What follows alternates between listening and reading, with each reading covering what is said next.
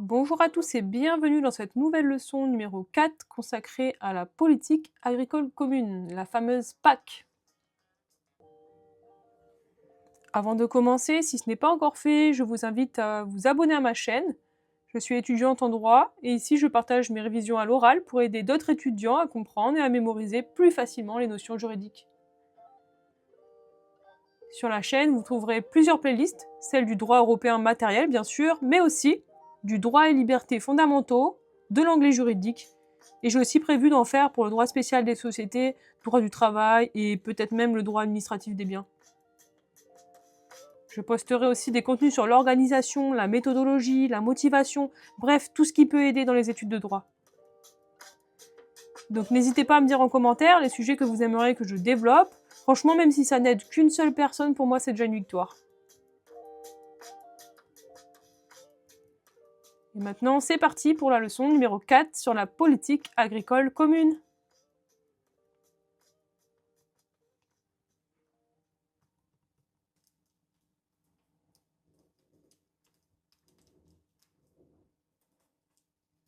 Asseyez-vous confortablement. On va réviser tranquillement la politique agricole commune. Tout va bien se passer, je vous promets.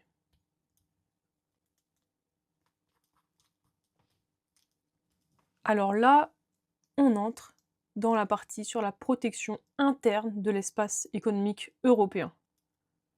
En fait, jusque-là, on a surtout vu comment l'Union européenne a construit son marché intérieur grâce à deux grandes libertés économiques. Je ne les ai pas encore développées dans les leçons, mais peut-être que je vais le faire prochainement, puisque ce n'est pas dans mon objectif actuel de développer des leçons sur ces sujets-là. Mais en tout cas, il faut savoir qu'à la base, il y a d'un côté la libre circulation des marchandises, capitaux, personnes et services, et de l'autre la libre concurrence. Dans la prochaine leçon, certainement, je vais développer sur la libre circulation des travailleurs notamment. Et donc ces deux piliers, la libre circulation et la libre concurrence, il faut savoir qu'ils ont permis de créer un grand espace économique européen, qui est d'ailleurs cohérent et intégré. Mais une fois cet espace créé, il ne peut pas vivre seul, c'est-à-dire qu'il faut le protéger et le réguler. Et donc c'est pourquoi cette protection, elle agit donc à deux niveaux. Déjà d'un côté à l'intérieur de l'Union, c'est ce qu'on appelle la protection interne, et à l'extérieur, dans les relations commerciales avec le reste du monde. Et ça, c'est la protection externe. Protection externe, on l'a vu notamment dans les 3 premières leçons sur ma playlist. Et vous verrez, il y a aussi un quiz que j'ai fait à l'occasion sur la politique commerciale commune. Et ici, dans cette leçon numéro 4, on se concentre sur la protection interne. Un bon exemple pour comprendre les tensions de cette protection, c'est l'accord commercial entre l'Union européenne et le Mercosur. Le Mercosur, c'est le Brésil, l'Argentine, l'Uruguay et le Paraguay. Cet accord illustre bien le conflit qu'il peut y avoir entre la politique agricole commune, la PAC, qui cherche à protéger les agriculteurs européens, et la libéralisation du commerce international, qui pousse à ouvrir davantage les marchés. En gros, la PAC, elle repose sur 3 grands principes. Premièrement, ce sont des mécanismes de soutien aux revenus des agriculteurs. Deuxièmement, c'est une conditionnalité environnementale, c'est-à-dire que les aides, elles dépendent du respect de certaines normes écologiques. Et troisièmement, c'est la préférence européenne, c'est-à-dire qu'on va privilégier la production européenne face à la concurrence extérieure. Alors jusqu'ici, tout va bien, mais le problème, c'est que l'accord avec le Mercosur, eh bien, il prévoit d'ouvrir davantage les marchés agricoles, notamment pour des produits comme la viande bovine, la volaille, le sucre ou l'éthanol. Et ces produits en Amérique du Sud sont fabriqués à des coûts beaucoup plus faibles. Donc si on les laisse entrer librement sur le marché européen, eh bien ça met une énorme pression concurrentielle sur les exploitations agricoles européennes, surtout celles qui sont déjà fragiles. En plus, cet accord risque d'affaiblir la protection que la PAC apporte aux agriculteurs, notamment les aides directes qui sont censées garantir leurs revenus. Et puis, plusieurs États membres, comme la France, ont estimé que cet accord n'était pas compatible avec les objectifs environnementaux de la nouvelle PAC, celle de 2023 à 2027. Parce que, par exemple, il encouragerait la déforestation en Amazonie, et il ne respecterait pas les normes sanitaires et sociales européennes. Bref, vous le voyez, ce débat sur le Mercosur montre bien toute la difficulté pour l'Union européenne. Elle veut à la fois défendre ses agriculteurs, protéger l'environnement, mais aussi rester une grande puissance commerciale ouverte au monde. Et ça, c'est une équation très difficile à tenir, surtout à une époque où la durabilité et la souveraineté alimentaire deviennent des priorités absolues. Donc pour comprendre cette protection interne, on va l'étudier selon deux angles. D'abord, une approche sectorielle, avec l'exemple de la PAC, et puis une approche plus générale, avec la politique économique et monétaire, que je vous présenterai dans une seconde vidéo. Donc, au niveau de l'approche sectorielle, nous allons vraiment nous concentrer donc sur la PAC, c'est l'objectif de cette leçon numéro 4. La PAC, en fait, c'est vraiment une des politiques fondatrices de la construction européenne. Elle a une place centrale à trois niveaux, déjà économique, budgétaire et enfin juridique. Sur le plan économique, il faut savoir que l'Union européenne fait partie des grandes puissances agricoles mondiales, avec les États-Unis et le Brésil, qui lui est en pleine croissance agricole.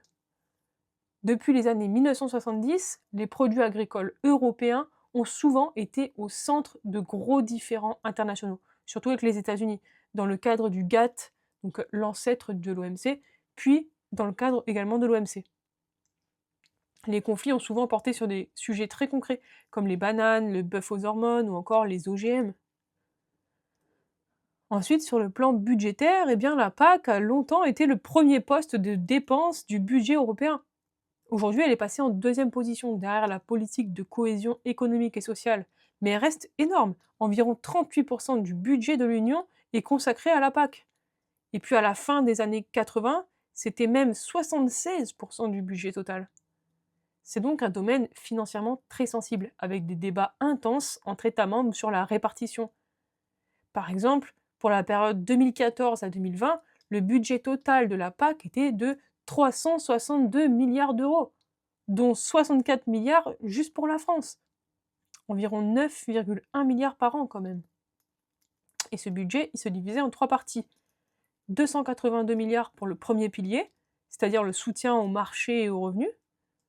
78 milliards pour le second pilier, donc le développement durable. Et enfin, 2 milliards pour les réserves de crise. Ensuite, il faut noter que sur le plan juridique, la PAC, c'est un sujet politiquement explosif. Les négociations sont souvent très longues et très difficiles. On parle même des marathons agricoles. Elle a d'ailleurs été à l'origine de la crise de la chaise vide en 1965, quand la France avait bloqué les institutions européennes pour protester contre certaines décisions. Et sur le plan normatif, c'est colossal. Plus de la moitié des actes européens adoptés chaque année concernent la PAC. Ce qu'il faut retenir aussi, c'est que même si l'Union européenne repose globalement sur une logique libérale, la PAC, elle, a longtemps été très interventionniste.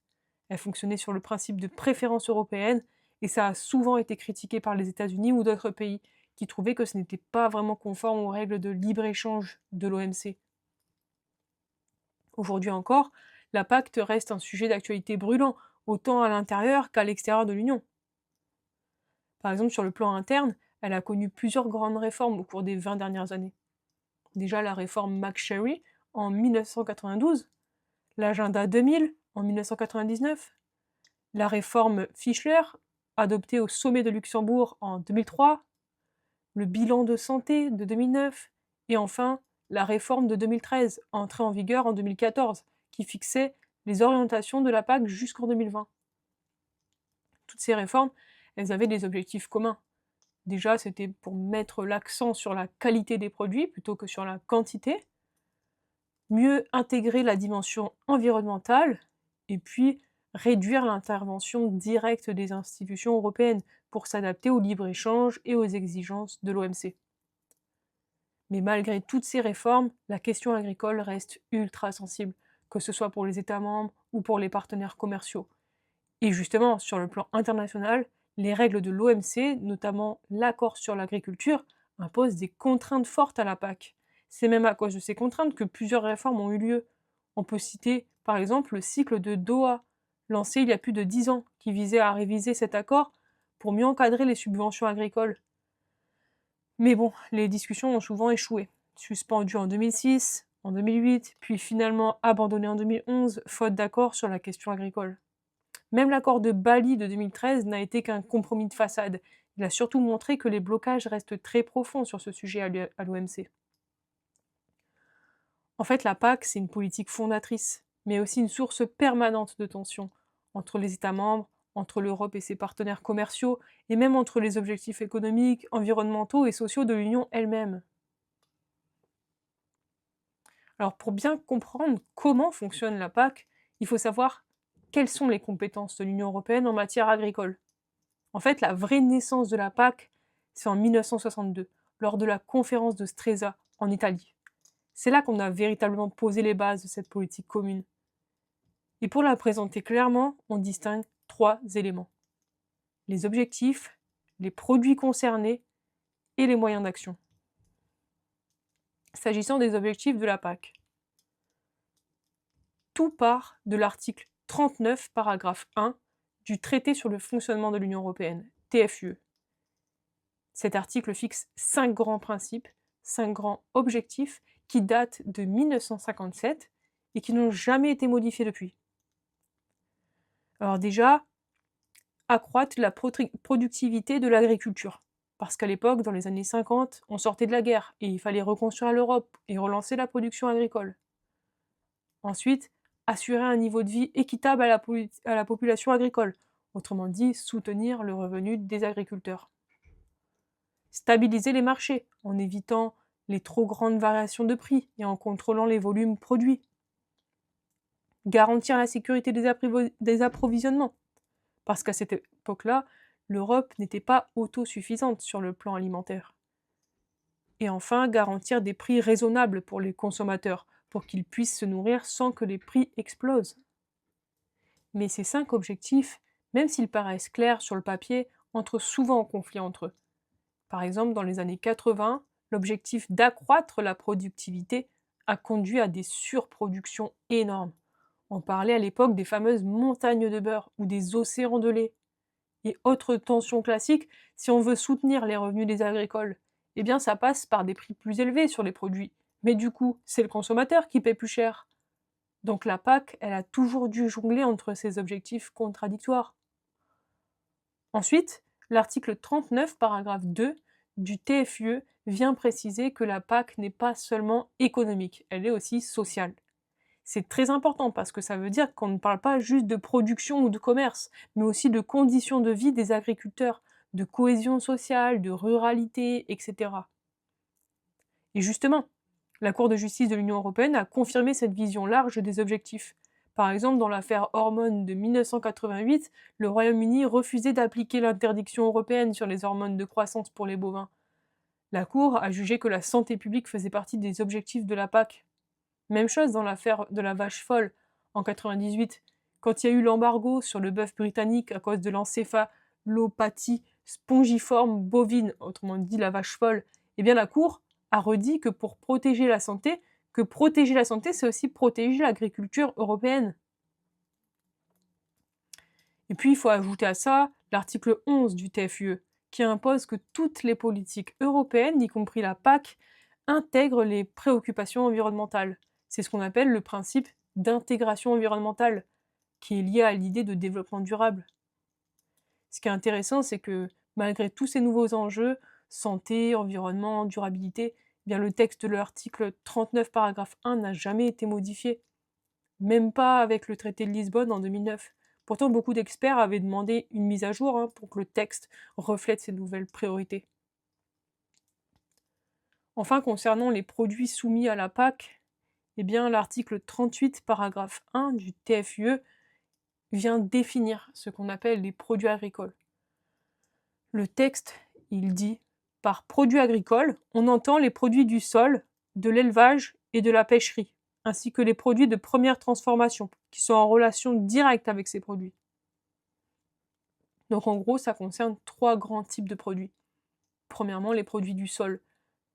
Donc les produits du sol, ce sont les céréales, les fruits, les légumes, etc. Ensuite, les produits de l'élevage, la viande, le lait, les œufs. Ensuite, les produits de la pêche, qui ont eux été intégrés un peu plus tard. En fait, ce n'est qu'en 1970 qu'a été créée une organisation commune de marché, OCM, pour les produits de la pêche. Et c'est en 1983 que la politique commune de la pêche a véritablement vu le jour. La pêche comme le poisson, pas la pêche, le fruit, hein.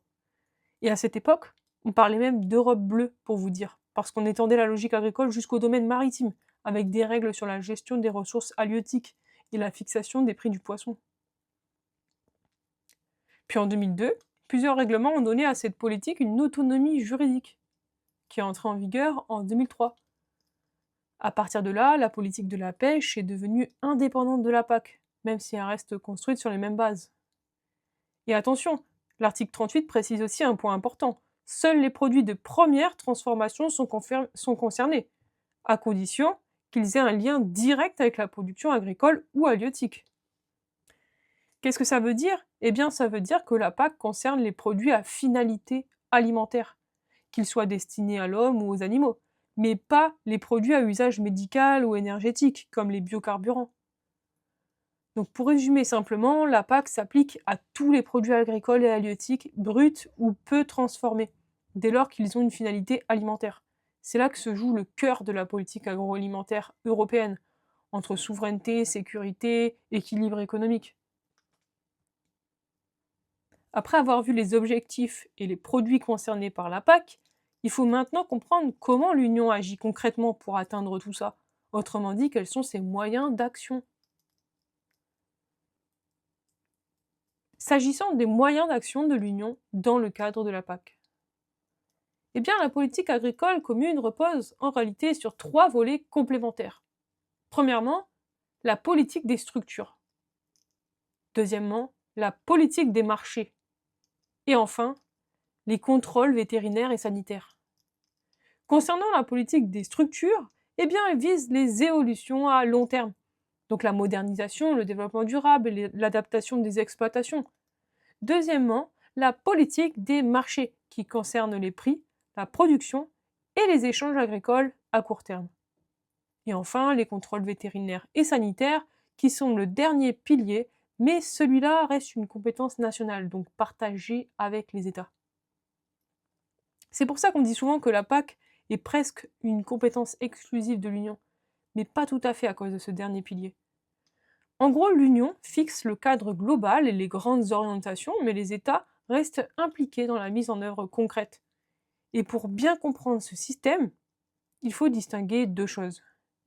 Premièrement, la procédure de décision. Deuxièmement, les instruments juridiques et financiers utilisés. Commençons tout d'abord par la procédure de décision. En effet, cette procédure a été complètement transformée par le traité de Lisbonne. Avant, c'était surtout le Conseil des ministres qui décidait. Le Parlement européen, lui, ne faisait que donner un avis consultatif. Il n'avait pas vraiment de pouvoir de codécision. Mais depuis Lisbonne, tout a changé. Maintenant, le Conseil et le Parlement adoptent ensemble, main dans la main, les actes de base de la PAC. Donc les règlements sur les prix, les aides, les organisations communes de marché, etc. On est donc passé à la procédure législative ordinaire, ce qui signifie plus de transparence démocratique et plus de poids pour le Parlement européen. Ensuite, pour les actes d'exécution, c'est la Commission européenne qui les adopte. Mais elle ne décide pas toute seule, elle agit sous le contrôle des États membres, qui sont réunis dans ce qu'on appelle des comités spécialisés. Ces comités peuvent être consultatifs, de gestion ou de réglementation, selon le type de mesure concernée. Et là, certains d'entre vous vont se dire « Mais c'est quoi les actes d'exécution ?» Eh bien, les actes d'exécution, ce sont toutes les règles qui permettent d'appliquer les grandes règles. C'est par exemple les formulaires, les procédures, les contrôles, les modalités techniques, etc. etc. C'est un peu comme en droit interne national, vous imaginez, il y a tout d'abord une loi qui est adoptée, et ensuite on a le gouvernement qui vient adopter des décrets, des arrêtés d'application pour mettre en œuvre une loi votée par le Parlement. Eh bien, c'est la même chose, puisque le but, c'est de préciser les modalités pratiques d'application. Donc, dans le cadre européen, c'est à peu près la même chose. Sauf qu'ici, c'est le rôle de ces actes d'exécution, c'est de mettre en œuvre les règles déjà votées dans un acte législatif européen.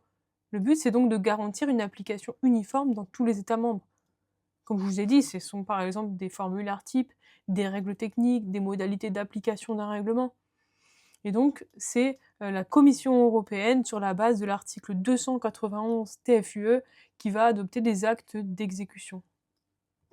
Et comme je vous l'ai dit, il y a une procédure spéciale, puisque c'est avec le contrôle des États membres que la Commission européenne va agir, qui sont réunis dans ce qu'on appelle des comités spécialisés. Ce système, on l'appelle la comitologie. Il a été instauré en 87, puis révisé en 99 et en 2011 pour rendre les procédures plus transparentes et plus contrôlées politiquement notamment. Et même si le pouvoir de décision est européen, il faut quand même garder à l'idée que les États membres ont quand même un rôle essentiel. Ce sont eux qui appliquent concrètement les règles de la PAC sur leur territoire. Tout cela sous le contrôle de la Commission. Et chaque année, ça représente des milliers d'actes et de contrôles administratifs dans tous les États membres. S'agissant maintenant des instruments juridiques et financiers. Tout d'abord, les instruments juridiques. Le TFUE laisse une grande liberté aux institutions européennes pour choisir les outils juridiques qu'elles utilisent. Ça peut être des règlements, des décisions, des directives ou même des recommandations qui ne sont pas contraignantes mais qui servent à orienter les États vers un alignement progressif. En pratique, le règlement est l'outil le plus utilisé. Pourquoi ? Eh bien, parce qu'il est directement applicable dans les États membres, sans transposition nationale. Donc c'est rapide, uniforme et efficace. Les directives, elles, sont beaucoup plus rares dans la PAC, car elles laissent trop de marge d'interprétation, ce qui pourrait nuire à l'homogénéité du marché agricole européen. S'agissant maintenant des instruments financiers. Là, c'est un peu plus technique, mais c'est essentiel pour comprendre comment l'Union finance la PAC. Parce qu'à l'origine, il y avait un seul grand fonds agricole, créé en 62, mis en place en 64 et valable jusqu'à 2006. Le Fonds européen d'orientation et de garantie agricole, FEOGA. Ce fonds était divisé en deux grandes sections. Tout d'abord la section garantie et enfin la section orientation. La section garantie, elle finançait tout ce qui concernait les marchés. Soutien des prix, aide directe, intervention à court terme. Et la section orientation, elle, était dédiée aux dépenses structurelles, donc au long terme, finalement. Tout ce qui concernait la modernisation, le développement durable, la restructuration des exploitations, etc., etc. Mais dans les faits, il y avait un déséquilibre énorme. En 2006, 87% des fonds allaient à la section garantie et seulement 13% pour la section orientation. Autrement dit, on investissait surtout dans le court terme, au détriment du développement structurel. Du coup, à partir du 1er janvier 2007, le système a été réformé. Le FEOGA a disparu, remplacé par deux nouveaux fonds distincts. Le FEAGA et le FEDER. Le FEAGA, c'est le Fonds européen agricole de garantie, chargé de gérer les aides directes, le soutien au marché et les mesures de régulation. En gros, c'est l'héritier de l'ancienne section garantie. Et le FEDER, c'est le Fonds européen agricole pour le développement rural. Il est créé par le règlement numéro 1290-2005 du 21 juin 2005. Donc je répète, le FEDER est créé par le règlement CE numéro 1290-2005 du 21 juin 2005 qui finance le développement rural, donc la partie plus durable et à long terme de la politique agricole. Enfin, un dernier point important, les recettes agricoles. Par exemple, les droits de douane ou les prélèvements sur certains produits importés. Eh bien, ces recettes agricoles ne servent pas directement à financer la PAC. Pourquoi ? Eh bien, parce qu'il existe un principe de non-affectation des recettes. En clair, tout l'argent collecté par l'Union entre dans un budget commun unique, le budget général de l'Union européenne. Ce budget sert ensuite à financer toutes les politiques de l'Union, dont la PAC. Ça veut dire que la PAC est financée collectivement par l'ensemble des États membres, et pas uniquement par les recettes agricoles qu'elle génère. C'est ce qui permet aussi d'assurer la solidarité financière entre les États, et une gestion centralisée à l'échelle européenne. Donc en résumé, la PAC repose sur trois volets d'action: structure, marché, contrôle. La procédure de décision est aujourd'hui démocratisée grâce à Lisbonne. Les règlements dominent comme instrument juridique et le financement passe par les fonds FEAGA et FEDER gérés à partir du budget général de l'Union. On vient donc de voir comment la PAC fonctionne sur le plan juridique et financier avec ses compétences, ses procédures et ses fonds. Maintenant, on va entrer dans ce qui constitue le cœur même de la PAC actuelle, c'est-à-dire ses piliers, les grands axes autour desquels elle s'organise. Donc les piliers de la PAC. Aujourd'hui, la politique agricole commune repose sur deux piliers principaux. Le premier pilier qui concerne la production et les marchés agricoles, et le second pilier qui vise les structures agricoles, le développement durable et les enjeux à long terme. En réalité, il existe un troisième pilier, celui des contrôles vétérinaires et sanitaires, mais on le laisse souvent de côté parce qu'il relève surtout de la compétence des États membres. Historiquement, il faut savoir que c'est le premier pilier qui a longtemps dominé la PAC, celui sur la production et les marchés agricoles. Mais depuis la fin des années 80, l'Union européenne a cherché à rééquilibrer les choses, en donnant davantage de place au second pilier, tourné vers le développement durable et donc l'avenir du monde rural. C'est à partir des années 2000 qu'on parle vraiment d'une nouvelle PAC, plus moderne, plus verte et axée sur la compétitivité à long terme. S'agissant du premier pilier de la PAC, la politique des marchés. Dans les années 60, l'Europe met en place un système destiné à soutenir la production agricole. Pour ça, elle crée des organisations communes de marché qu'on appelle les OCM. Ces OCM étaient là pour remplacer les systèmes nationaux de régulation, afin d'unifier les règles à l'Union, à l'échelle européenne, je vais y arriver. Donc ces OCM étaient là pour remplacer les systèmes nationaux de régulation, afin d'unifier les règles à l'échelle européenne. L'idée, c'était que tous les produits agricoles circulent librement dans l'Union, mais en tenant compte de leurs spécificités économiques et sociales. 1 kilo de blé ou 1 litre de lait, ce n'est pas un produit industriel ordinaire. Il y a un enjeu humain et alimentaire derrière. Au départ, il y avait une trentaine d'OCM, couvrant presque tous les produits agricoles. La viande bovine, le lait, les céréales, le vin, etc.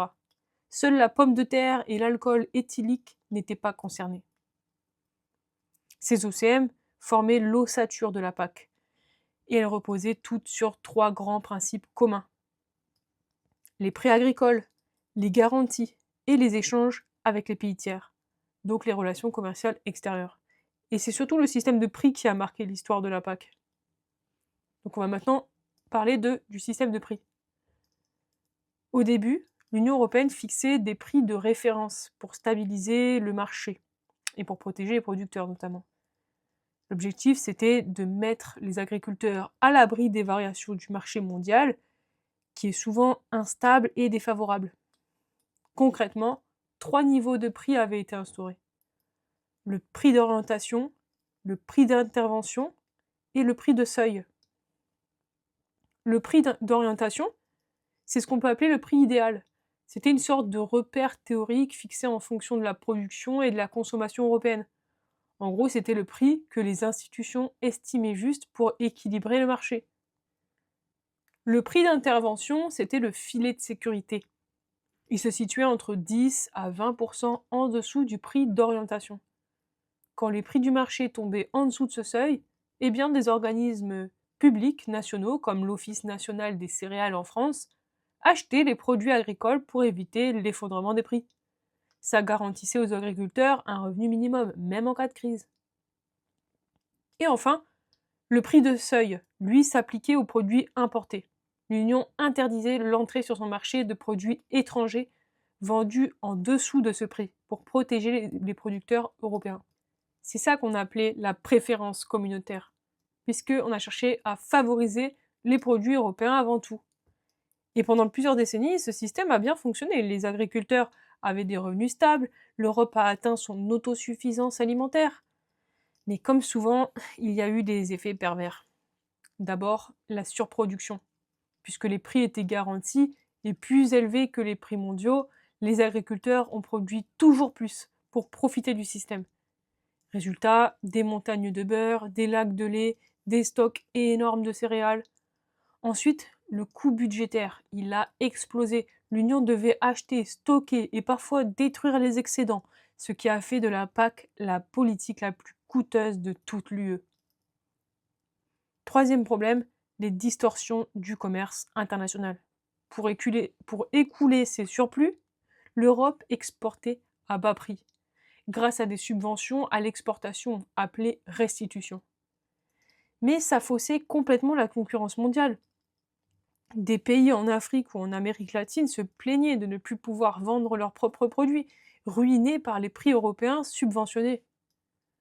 Enfin, le système a été critiqué sur le plan environnemental, puisqu'il poussait à la production intensive, donc à l'utilisation massive d'engrais, de pesticides et d'eau, avec des conséquences écologiques désastreuses.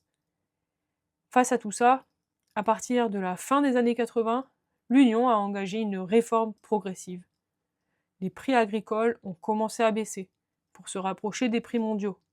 Mais comme il fallait toujours garantir un revenu aux agriculteurs, on a remplacé une partie des prix garantis par des aides directes. Ces aides, c'était une compensation partielle. En gros, environ 65 à 70% des pertes liées à la baisse des prix. Et c'est là qu'on voit le changement de logique. On est passé d'une aide à la production, donc plus tu produis, plus tu gagnes, à une aide aux producteurs. Tu es soutenu pour ton activité, mais pas pour le volume produit. Cette transformation, elle marque le début d'une PAC moins productiviste et beaucoup plus orientée vers la durabilité. Après avoir compris comment le système des prix a été remplacé par des aides financières plus directes, on peut maintenant s'intéresser à la grande transformation du premier pilier, le passage d'une logique de marché à une logique de soutien aux revenus. C'est là qu'interviennent les aides directes, la conditionnalité environnementale et la modulation. S'agissant de la mise en place des aides directes. Eh bien, à partir des réformes de 2003 à 2009, l'Union a voulu simplifier et rendre plus équitable le système d'aide agricole. On est donc passé d'une multitude de dispositifs complexes à un paiement unique par exploitation. Alors vous allez voir, c'est un peu long, mais c'est super important de suivre le cheminement. D'abord, on crée le droit au paiement unique, le DPU, mis en place entre 2005 et 2007. Ici, le principe est simple, chaque exploitation reçoit un montant fixe d'aide calculé selon ses références historiques, donc autrement dit, selon ce qu'elle produisait avant.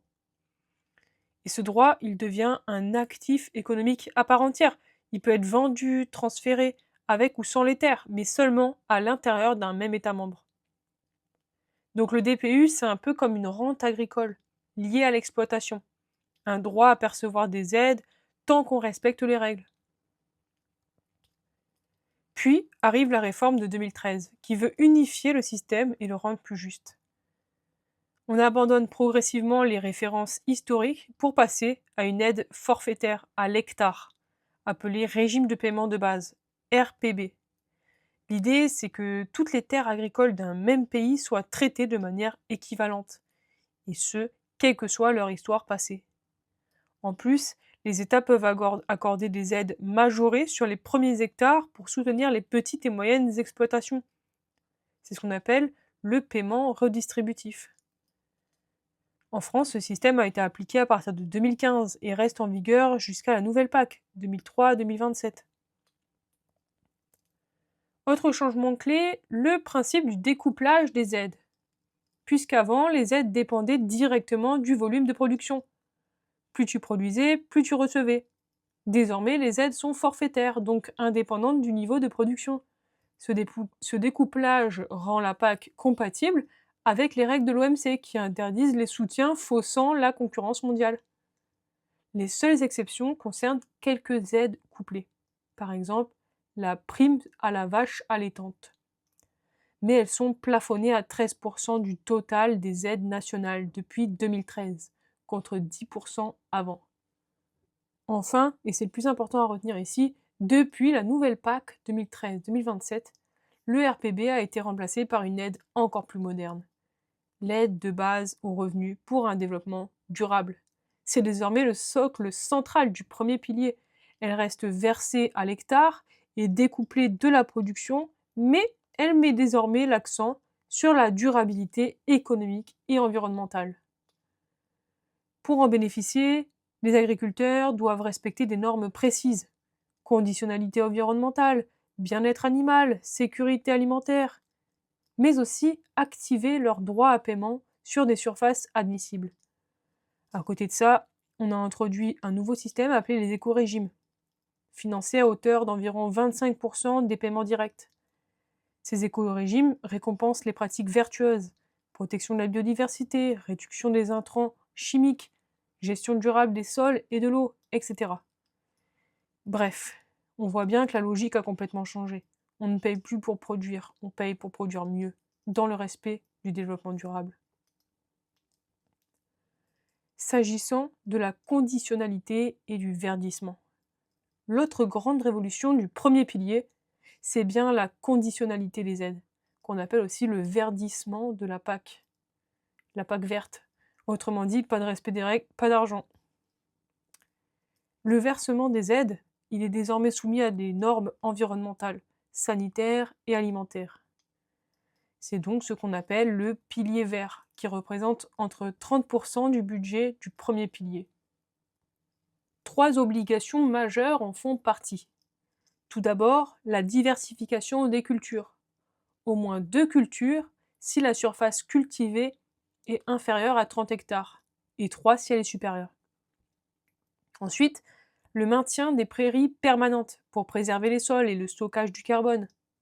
Et enfin, la mise en place d'au moins 5% de surface d'intérêt écologique sur les exploitations de plus de 15 hectares. Ça peut être des haies, des bosquets, des jachères, des bandes enherbées, etc., etc. Si ces exigences ne sont pas respectées, les agriculteurs subissent des pénalités financières. Mais dans la pratique, beaucoup dénoncent une lourdeur administrative énorme, avec des contrôles complexes, des formulaires à n'en plus finir.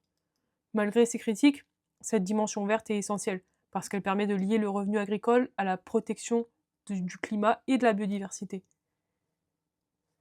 Dernier grand principe du premier pilier, le principe de modulation des aides. C'est un mécanisme qui est obligatoire depuis plusieurs années. Il vise à corriger les inégalités dans la répartition des aides. Donc concrètement, ça veut dire que les grandes exploitations voient leurs aides réduites progressivement. Et une partie de cet argent est transférée vers les petites exploitations, dont la moyenne est autour de 52 hectares en France, mais aussi vers le second pilier, c'est-à-dire le développement rural.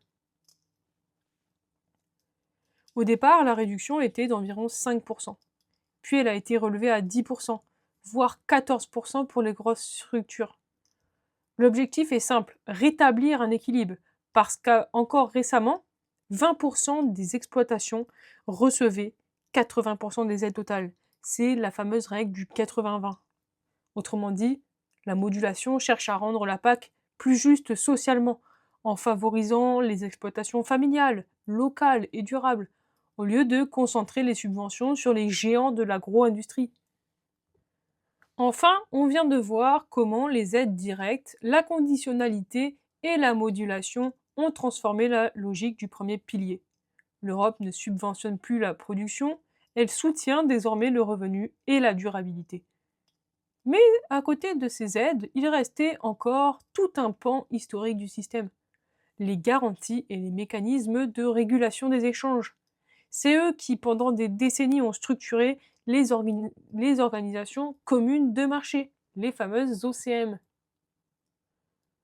Nous allons donc parler, et vous l'avez compris, des garanties. Puisque pendant longtemps, les OCM prévoyaient aussi des mécanismes de garantie, avec un double objectif. Premièrement, économique, pour réguler l'offre et la demande, et social, pour assurer aux producteurs un revenu minimal, même quand ils ne parvenaient pas à vendre leur production. Dans les faits, il existait 2 types de garanties. La garantie maximale, ou illimitée, et puis la garantie moyenne. S'agissant de la garantie maximale ou illimitée, là, les producteurs pouvaient vendre tous leurs excédents à un organisme national d'intervention, qui était obligé de les racheter au prix d'intervention fixé par l'Union. Autrement dit, si un agriculteur produisait trop, il ne perdait rien. L'État reprenait tout à un prix garanti. Résultat, c'était un encouragement à la surproduction et un gouffre budgétaire pour la communauté européenne. S'agissant de la garantie moyenne, elle était plus encadrée, donc moins coûteuse. Elle ne s'appliquait que pendant certaines périodes de l'année, ou bien les prix offerts pour les excédents étaient trop faibles pour rendre la vente réellement intéressante. Mais globalement, ces systèmes ont vite montré leurs limites. Les stocks s'accumulaient, les coûts de stockage explosaient, et la logique du quoi qu'il en coûte agricole devenait intenable. Aujourd'hui, la règle est simple. Les OCM n'accordent plus de garantie de rachat automatique des excédents.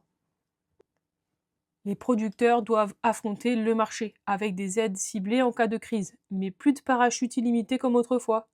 C'est donc la fin des interventions automatiques et le passage à une logique de responsabilité partagée entre les agriculteurs et les institutions européennes.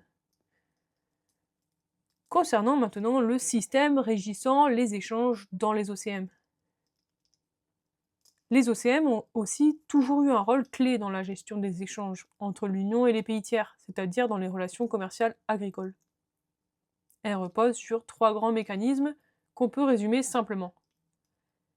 Les droits à l'importation, les restitutions à l'exportation et enfin les clauses de sauvegarde.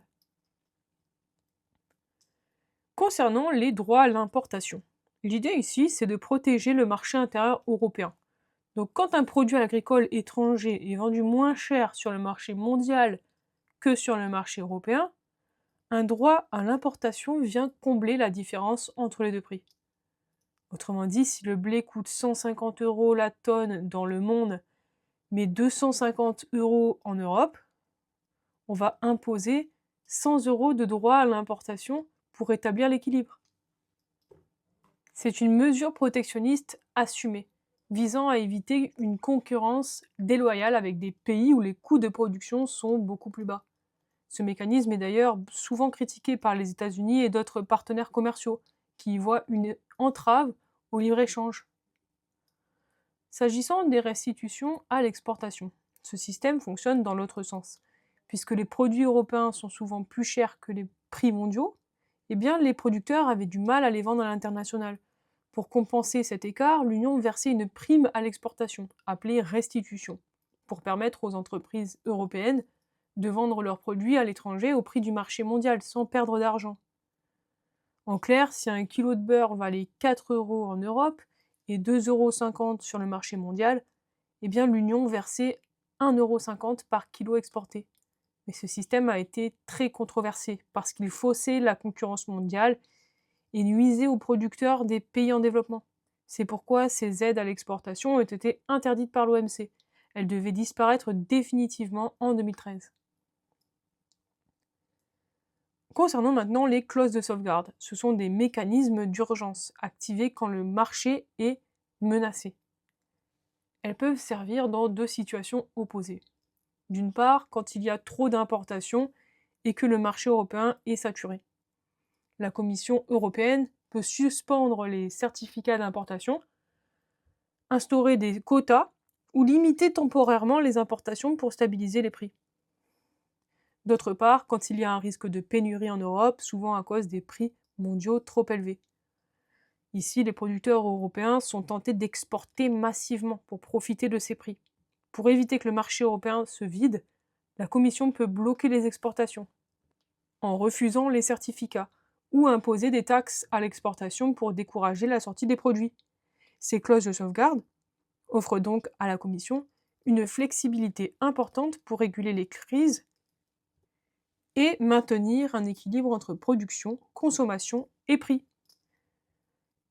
S'agissant maintenant de la réserve de crise. Pour mieux gérer les situations exceptionnelles, l'Union a créé une réserve de crise agricole, dotée de 2 milliards d'euros pour la période de 2014 à 2020. Ce fonds permet d'intervenir rapidement en cas de perturbation majeure du marché. Un exemple concret. Cette réserve a été mobilisée pour soutenir les producteurs européens touchés par les sanctions russes, après les tensions liées au conflit ukrainien. C'est une manière de garantir une solidarité financière européenne face aux crises extérieures. Enfin, pour simplifier l'ensemble des dispositifs, l'Union a décidé de regrouper tout ça dans une seule et grande structure, l'OCM unique, instauré par le règlement CE numéro 1234-2007 du 22 octobre 2007. Ce règlement visait à remplacer la trentaine d'OCM sectoriels par un cadre commun. En pratique, c'est surtout une simplification administrative. Les règles restent encore différentes selon les produits, selon que ce soit du lait, du vin ou de la viande, par exemple, mais elles sont désormais regroupées dans un seul ensemble cohérent. L'objectif, il est clair, plus de lisibilité, plus de cohérence, moins de bureaucratie. Mais sur le fond, les problèmes de surproduction structurelle n'ont pas complètement disparu. C'est pourquoi l'Union a mis en place des mécanismes de régulation complémentaires. Ce sont les quotas de production, la jachère obligatoire, donc ça signifie laisser des terres non cultivées pour réduire la production, et d'autres instruments de gestion de marché. L'idée, c'est de produire juste ce qu'il faut, ni trop ni pas assez, et de rendre le système agricole européen plus équilibré. Bon, et bien après avoir étudié les garanties, les échanges, la mise en place d'une OCM unique, il faut maintenant voir comment l'Union européenne a appris à réguler directement la production agricole, pour éviter que les excédents ne deviennent incontrôlables. C'est là qu'apparaissent les techniques régulatrices de la production, un tournant majeur dans l'histoire de la PAC. Les techniques régulatrices de la production. Le système initial des OCM, basé sur les prix garantis et l'achat automatique des surplus, on l'a vu, il avait conduit à une surproduction massive. Donc pour y remédier, l'Union a mis en place plusieurs instruments de régulation. Ce sont les quotas, les stabilisateurs agricoles et le gel des terres. Ces dispositifs visaient à adapter la production européenne aux besoins réels du marché, sans compromettre la stabilité des revenus agricoles. Toujours dans la même idée, donc produire moins, mais produire mieux. On va donc commencer par les quotas de production. Les quotas, c'est probablement l'instrument le plus emblématique. Ils apparaissent dès 1967 dans le secteur du sucre, et ils deviennent surtout célèbres avec les quotas laitiers. Le principe, il est assez simple. Chaque producteur reçoit un volume maximal de production autorisé. Et s'il dépasse ce volume, eh bien, il doit payer une pénalité financière. Le système fonctionnait à plusieurs niveaux. D'une part, déjà, l'Union fixait une quantité globale de production pour l'ensemble des États membres. Et ensuite, chaque État recevait une part nationale de cette quantité, puis la redistribuait entre ses producteurs, en fonction de références historiques, autrement dit, en fonction de la production moyenne des années précédentes. Et la sanction était très sévère, jusqu'à 115% du prix indicatif, ce qui dissuadait clairement les excès. Ce système a été très efficace pour stabiliser les volumes, notamment dans le lait. Mais il a fini par être critiqué, comme d'habitude, mais ici pour son rigidisme. Donc en gros un système très rigide, et son inadaptation à un marché mondial de plus en plus libéralisé. Résultat, et je pense que vous l'avez deviné, les quotas ont été supprimés. Mais ça a été progressif, d'abord en 2006 pour la majorité des produits, ensuite le 1er avril 2015 pour le lait, le 30 septembre 2017 pour le sucre, et donc à ce moment-là c'était la fin d'une ère. Les agriculteurs retrouvaient leur liberté de production, mais aussi une plus grande exposition au marché. S'agissant maintenant des stabilisateurs agricoles. Les stabilisateurs agricoles, ils ont été introduits en 88. Ils poursuivaient le même objectif que les quotas, pour limiter finalement la production, mais de façon un peu plus souple. Ici, pas de quotas individuels, pas de sanctions écrasantes. Le principe, c'était qu'en cas de dépassement d'un certain seuil global, les aides ou les prix garantis étaient automatiquement réduits pour tous. Les pénalités restaient faibles, en général entre 3% et 5% du prix garanti. Ce mécanisme a concerné surtout les céréales et les fruits et légumes. Il servait à désinciter la surproduction sans priver totalement les producteurs de liberté économique. Mais avec le temps, vous l'avez deviné, ce système a été abandonné dans la plupart des secteurs, ne subsistant que de manière marginale, par exemple dans la viande bovine, où il joue encore un rôle de mesure d'appoint en cas de déséquilibre du marché. S'agissant du gel des terres agricoles. Le gel des terres, qu'on appelle aussi le retrait des terres arables, a été instauré par un règlement du 25 avril 88. Son idée, encore une fois, est assez simple. On propose aux agriculteurs de laisser une partie de leurs terres en jachère, c'est-à-dire sans culture, pour réduire les volumes produits. Et en échange, ils reçoivent une indemnisation qui compense la perte de revenus. C'était un système volontaire. L'agriculteur devait geler au moins 20% de ses terres, pour une durée d'environ 5 ans. Ce dispositif, vous l'avez compris, il a été supprimé avec la réforme McSharry de 1992. Mais celle-ci a repris le principe sous une autre forme, la jachère industrielle ou énergétique. L'idée, cette fois, c'était de permettre aux agriculteurs d'utiliser leurs terres pour produire des biocarburants, plutôt que des denrées alimentaires.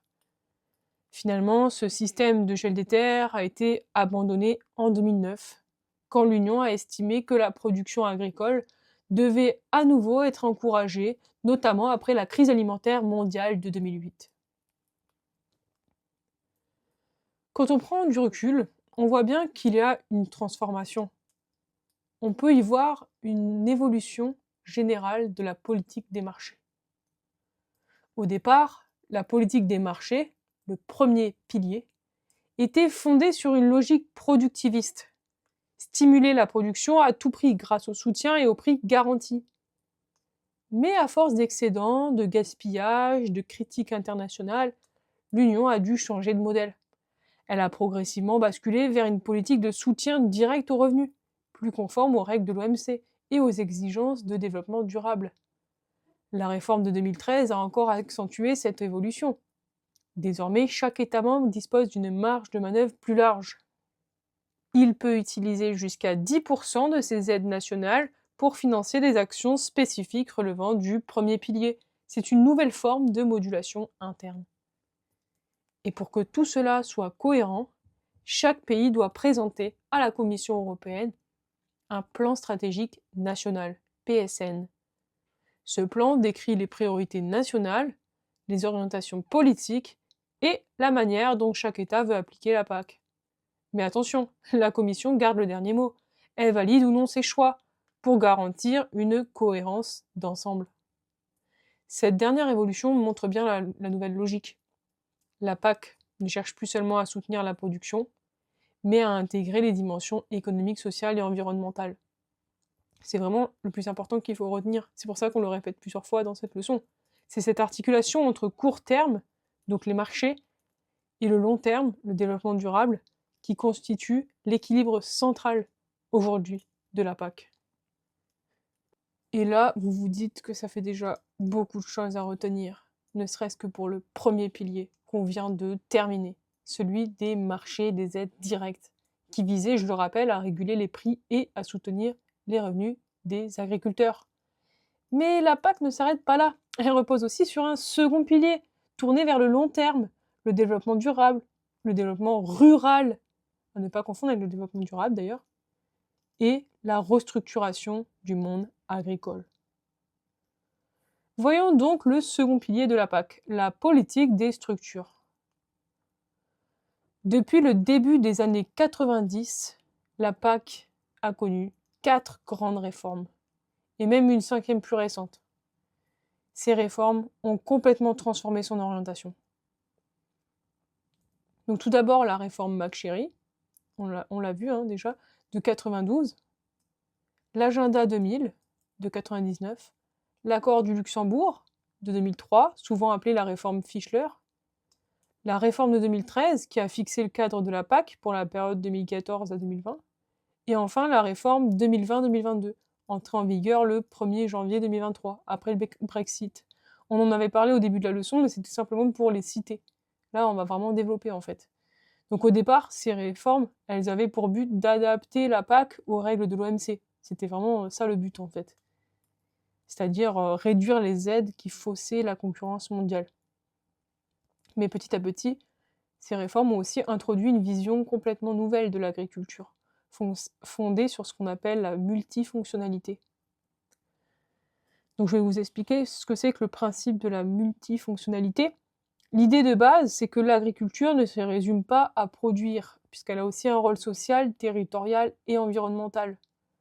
Concrètement, un agriculteur, ce n'est pas seulement quelqu'un qui vend du lait ou du blé, c'est aussi un acteur qui entretient les paysages, qui fait vivre les zones rurales, qui préserve la biodiversité et garantit la sécurité alimentaire.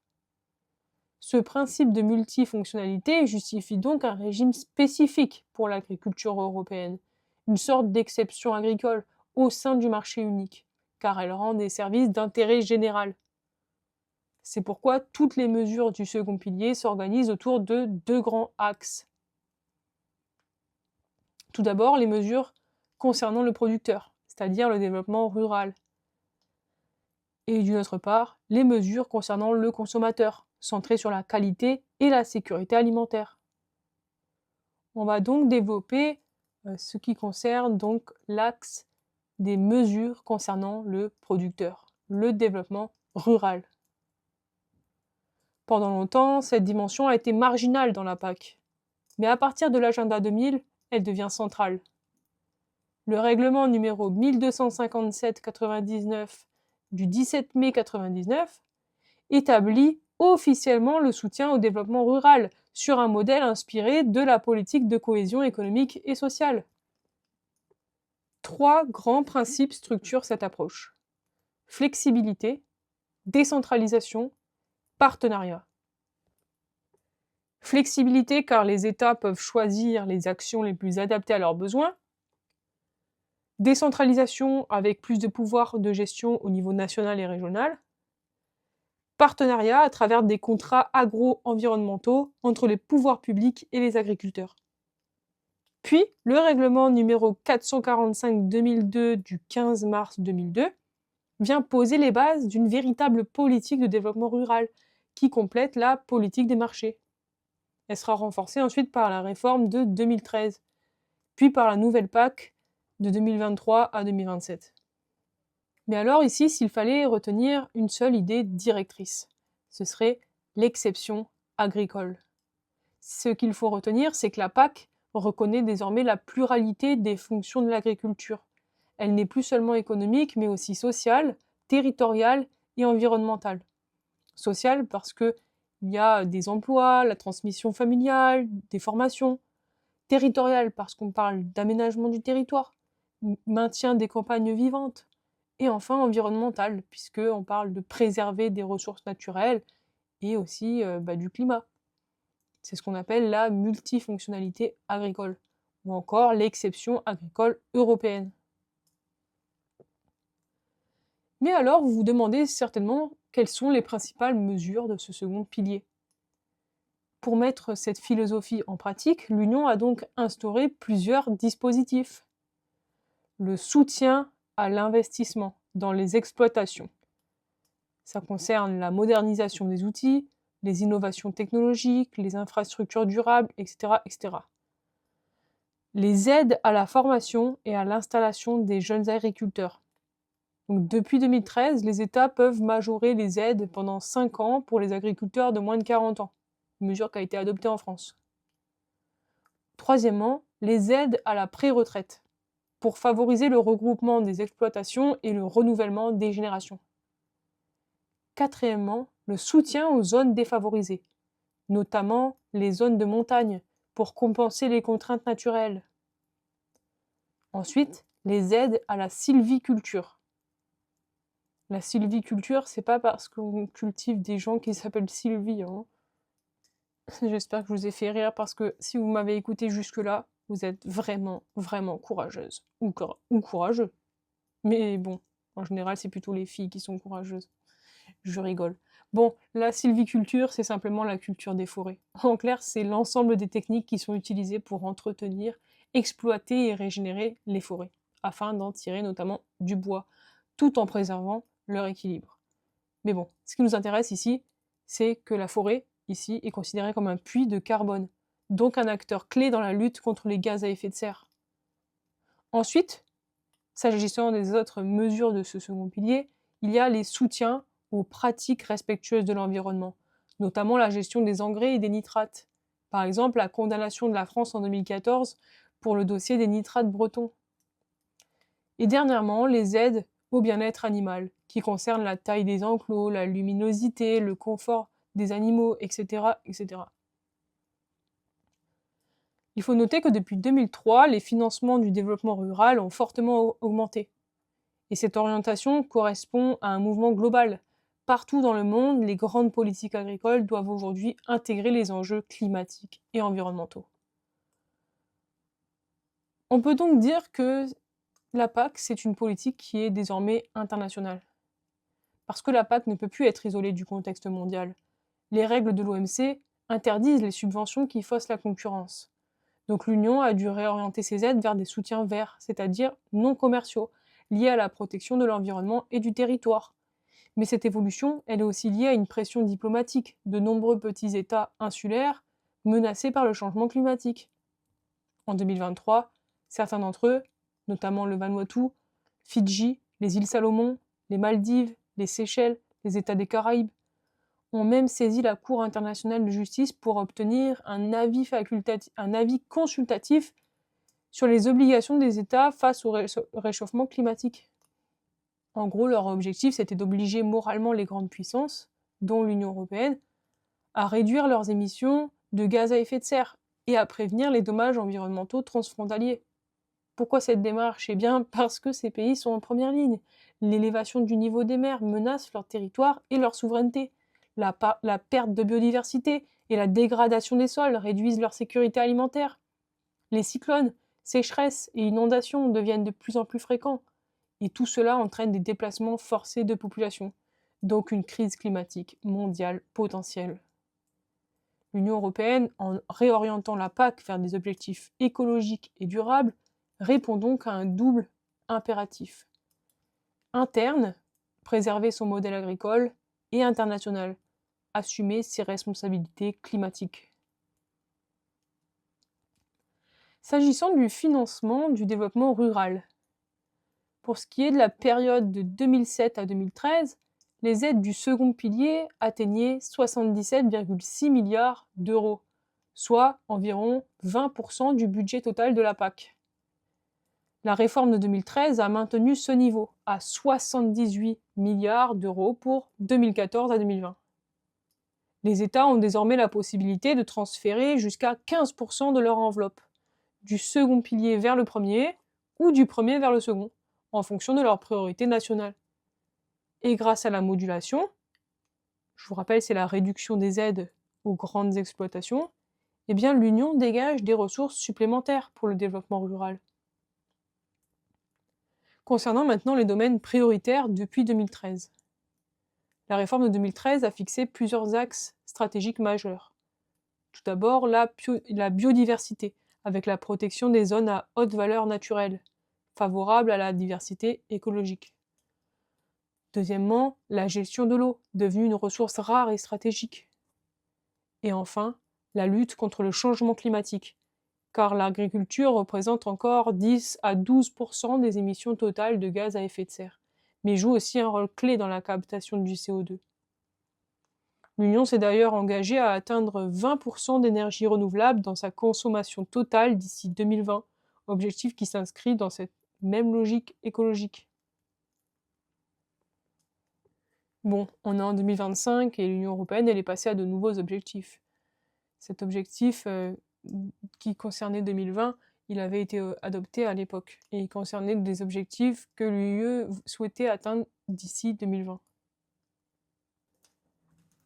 L'UE s'est fixé un objectif de 42,5% d'énergie renouvelable dans la consommation totale d'ici 2030. D'ailleurs, un communiqué de la Commission européenne confirme que l'UE est bien sur la voie pour atteindre ses objectifs 2030. Il existe d'ailleurs un plan qui prévoit d'accélérer le déploiement des énergies renouvelables et qui a pour but d'augmenter l'objectif à 45% si possible. Donc ça, c'est pour mettre un peu à jour. Mais voilà, pour résumer, le second pilier de la PAC marque le passage d'une politique centrée sur la production à une politique centrée sur la durabilité.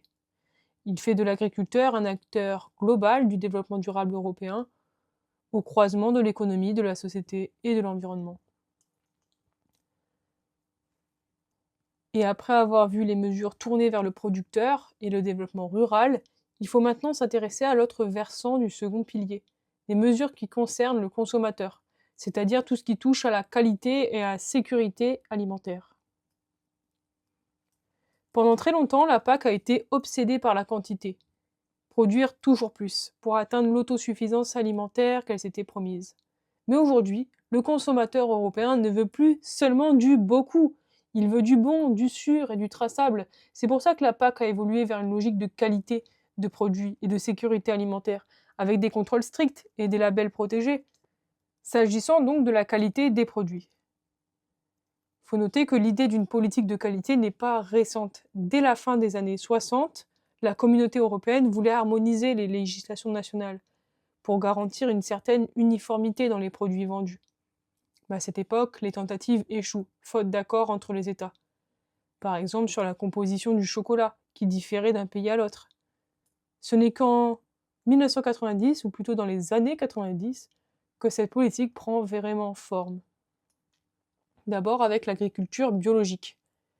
Le règlement du 21 juin 91 sur l'agriculture biologique marque un tournant. Il crée le logo AB, reconnaissable sur les produits bio, et oblige les États membres à instaurer des mécanismes de contrôle rigoureux. Dès lors, bio ne veut plus dire ce qu'on veut, c'est un label officiel européen avec un cahier des charges et des inspections. Ensuite, les labels de qualité européens, puisque l'année suivante, en 92, deux règlements du 14 juillet 92 posent les bases d'un véritable système de labels communautaires, actualisé plus tard par le règlement 510-2006 du 20 mars 2006. On distingue alors trois types de labels. L'appellation d'origine protégée, AOP, l'indication géographique protégée, l'IGP, et l'attestation de spécificité, aujourd'hui appelée spécialité traditionnelle garantie. Ces labels visent à protéger la qualité, l'authenticité et la réputation des produits agricoles européens. Mais pour en bénéficier, les producteurs doivent se regrouper, soumettre un dossier et surtout respecter un cahier des charges strict. Ce cahier, il précise tout, les ingrédients, les méthodes de fabrication, la zone géographique, les étapes de transformation, etc., etc. Mais quels sont les intérêts principaux des labels ? Eh bien, ces labels présentent trois avantages majeurs. Ils protègent contre les contrefaçons. Ils sont ouverts à tous les producteurs situés dans la région concernée. Et ils permettent d'éviter la banalisation du produit. S'agissant des contrefaçons, eh bien, les producteurs et les consommateurs peuvent engager des actions en justice en cas d'usurpation. Et ces affaires peuvent même aboutir à des questions préjudicielles devant la CJUE. Ensuite, ils sont ouverts à tous les producteurs situés dans la région concernée, mais à condition de respecter les exigences du cahier des charges. Autrement dit, ce n'est pas un privilège individuel, mais un label collectif. Et enfin, ils permettent d'éviter la banalisation du produit, et bien en clair, ils empêchent qu'un nom prestigieux devienne une dénomination générique sans valeur juridique, comme c'est arrivé à des produits tels que Camembert ou Gouda, qu'on trouve désormais partout sans garantie d'origine. Concernant maintenant les différences entre les différents labels, pour bien comprendre, je vais vous présenter donc la distinction entre les trois grandes catégories. L'appellation d'origine protégée, l'indication géographique protégée et la spécialité traditionnelle garantie. L'appellation d'origine protégée, c'est le label le plus exigeant. Il concerne les produits entièrement fabriqués et transformés dans une même région, avec un lien direct entre le produit et son terroir. Ça concerne le roquefort, le piment d'Espelette, le camembert de Normandie, le riz de Camargue, etc. Concernant l'indication géographique protégée, elle s'applique à des produits liés à une région, mais dont une seule étape du processus doit avoir lieu dans cette zone. Ça peut être la production, la transformation ou l'élaboration. Par exemple, le cidre breton, le miel corse ou les pruneaux d'Agen. Ensuite, la spécialité traditionnelle garantie. Elle ne dépend pas du lieu de production, mais d'une recette traditionnelle ou d'un savoir-faire ancien. Par exemple, le jambon serrano, le fromage mozzarella, la bière gueuse ou encore la pizza napolitaine, protégée depuis 2009 pour sa composition et sa méthode de cuisson. Concernant maintenant la procédure d'attribution des labels, autrement dit, comment faire pour qu'un producteur puisse acquérir ce label. Eh bien, la procédure est très encadrée. Pour ce qui concerne les AOP et les IGP, donc AOP, appellation d'origine protégée, et IGP, indication géographique protégée, tout d'abord, les producteurs déposent un cahier des charges auprès de leur gouvernement national. Ensuite, le gouvernement va vérifier la conformité du dossier et il transmet cela à la Commission européenne. Puis, la Commission publie la demande au journal officiel de l'Union dans un délai de 6 mois. À la suite de ça, d'autres États membres ont alors 6 mois pour s'opposer à la demande. Enfin, la Commission décide de l'inscription du produit au registre officiel des AOP et IGP. Pour ce qui concerne les spécialités traditionnelles garanties, le principe est le même, mais avec des délais plus longs, de 2 fois 5 mois au lieu de 6. La gestion et le contrôle de ces labels relèvent ensuite des États membres. Par exemple, en France, c'est l'Institut national de l'origine et de la qualité qui s'en charge. Mais il existe parfois des situations litigieuses, quand on ne sait pas si un nom doit être protégé ou non. C'est pour ça que je vais vous présenter l'exemple emblématique de la feta grecque. C'est un cas célèbre qui illustre bien les tensions autour des AOP. En octobre 2002, la Grèce demande à la Commission européenne de reconnaître la feta comme appellation d'origine protégée. Plusieurs pays s'y opposent, notamment le Danemark, l'Allemagne, la France et le Royaume-Uni, qui produisaient eux aussi des fromages type feta. L'affaire arrive jusque devant la Cour de justice de l'Union européenne. Dans son arrêt du 25 octobre 2005, RFA et Danemark contre Commission, les affaires C465-02 et C466-02, la Cour donne raison à la Commission. Désormais, le mot feta est réservé exclusivement aux producteurs grecs. Autrement dit, on ne peut plus appeler feta un fromage produit ailleurs qu'en Grèce. Mais certains contournent encore la règle, avec des appellations ambiguës, comme fromage à la grecque, ou fromage de brebis façon feta. Ce qui n'est pas vraiment de la feta, finalement. Aujourd'hui, on compte près de 500 produits européens enregistrés en AOP ou IGP, dont environ une centaine appartiennent au patrimoine français. Ces labels incarnent l'identité agricole et culturelle de l'Europe. Ils protègent à la fois le producteur contre la concurrence déloyale et le consommateur contre les tromperies commerciales. Après avoir vu la qualité et les labels, il reste à examiner la deuxième grande dimension de ces mesures, tournée vers le consommateur, la sécurité alimentaire, c'est-à-dire la protection de la santé publique et la traçabilité des produits européens. Donc à la fin des années 90, plusieurs crises sanitaires majeures ont profondément ébranlé la confiance des consommateurs européens. D'abord la crise de la vache folle, ensuite le poulet à la dioxine, la fièvre afteuse ou encore la peste porcine. Face à cette série de scandales, l'Union européenne a dû réagir en urgence pour restaurer la crédibilité du système agroalimentaire et garantir la sécurité des produits. Le règlement numéro 178/2002 du 28 janvier 2002, c'est le socle de la législation alimentaire européenne. En effet, adopté dans ce contexte de crise, le règlement 178/2002 constitue la pierre angulaire du droit alimentaire de l'Union européenne. Il repose sur 3 grands principes. Tout d'abord, établir les principes généraux de la législation alimentaire. Ensuite, instituer l'autorité européenne de sécurité des aliments. Et enfin, fixer les procédures relatives à la sécurité des denrées alimentaires. En ce qui concerne le fait d'établir les principes généraux de la législation alimentaire. Ce règlement introduit 2 innovations majeures: la traçabilité et le principe de précaution. Pour la traçabilité, elle permet de suivre un produit à toutes les étapes de la chaîne alimentaire, de la production à la distribution, selon le principe de la fourche à la fourchette. En cas de problème sanitaire, il devient ainsi possible d'identifier rapidement l'origine du risque et d'engager la responsabilité du producteur ou du distributeur concerné. Enfin, le principe de précaution.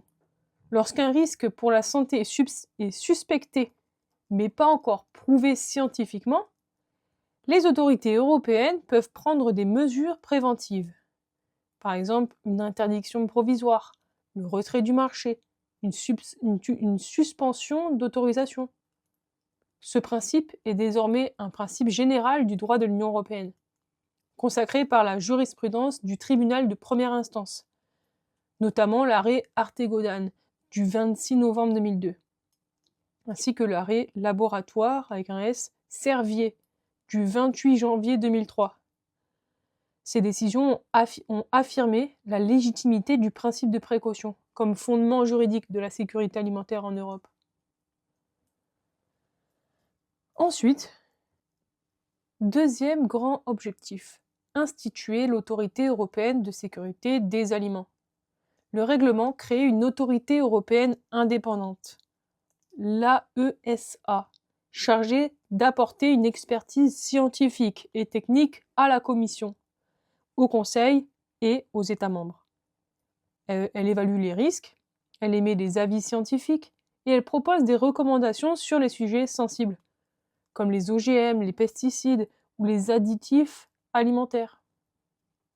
Mais attention, l'AESA n'a pas de pouvoir de décision. Ses conclusions servent de base scientifique. Mais les décisions finales appartiennent aux autorités politiques de l'Union, donc la Commission et le Conseil.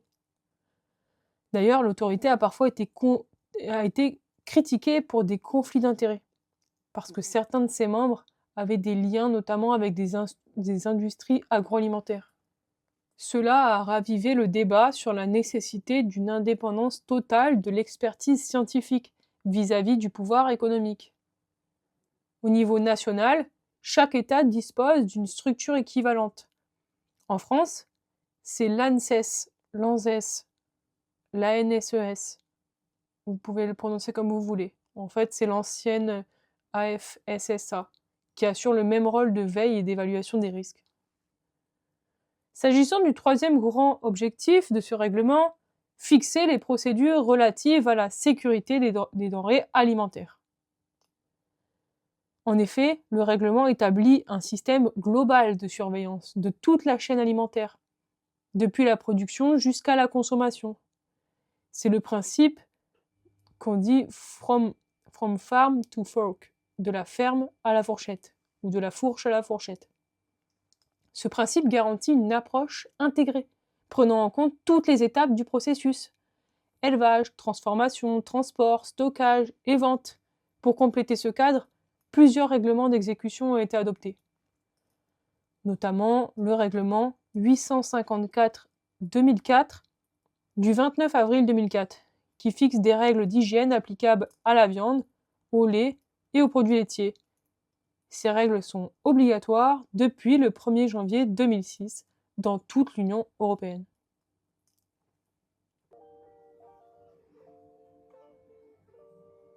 On passe maintenant à la conclusion. Et si tu m'as suivi jusqu'ici, vraiment bravo, bravo à toi. Tu es un étudiant ou une étudiante courageuse ou courageux. Bravo.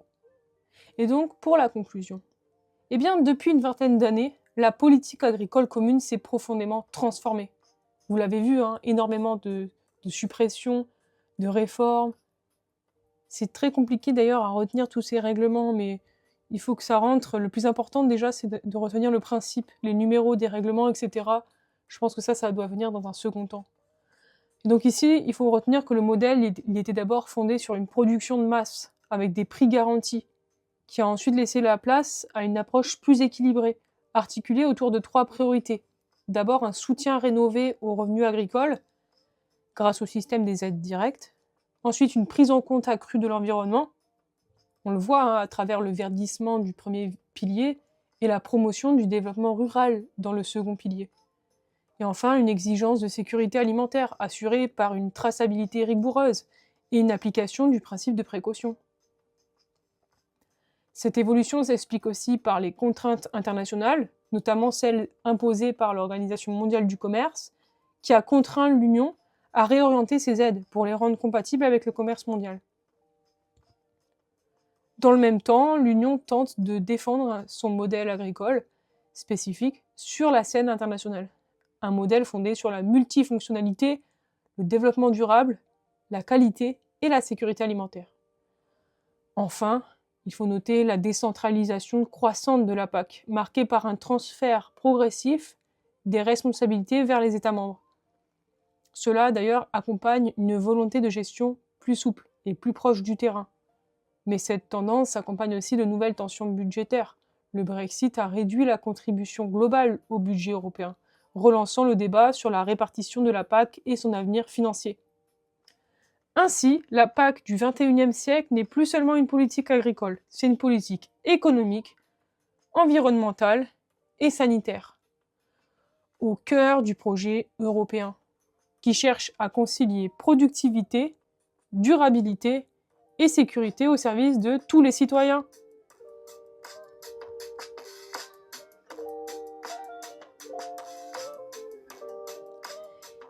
C'est la fin de la leçon 4. Si jamais vous n'êtes pas encore abonné, je vous invite à vous abonner à mon contenu pour suivre toutes les prochaines vidéos.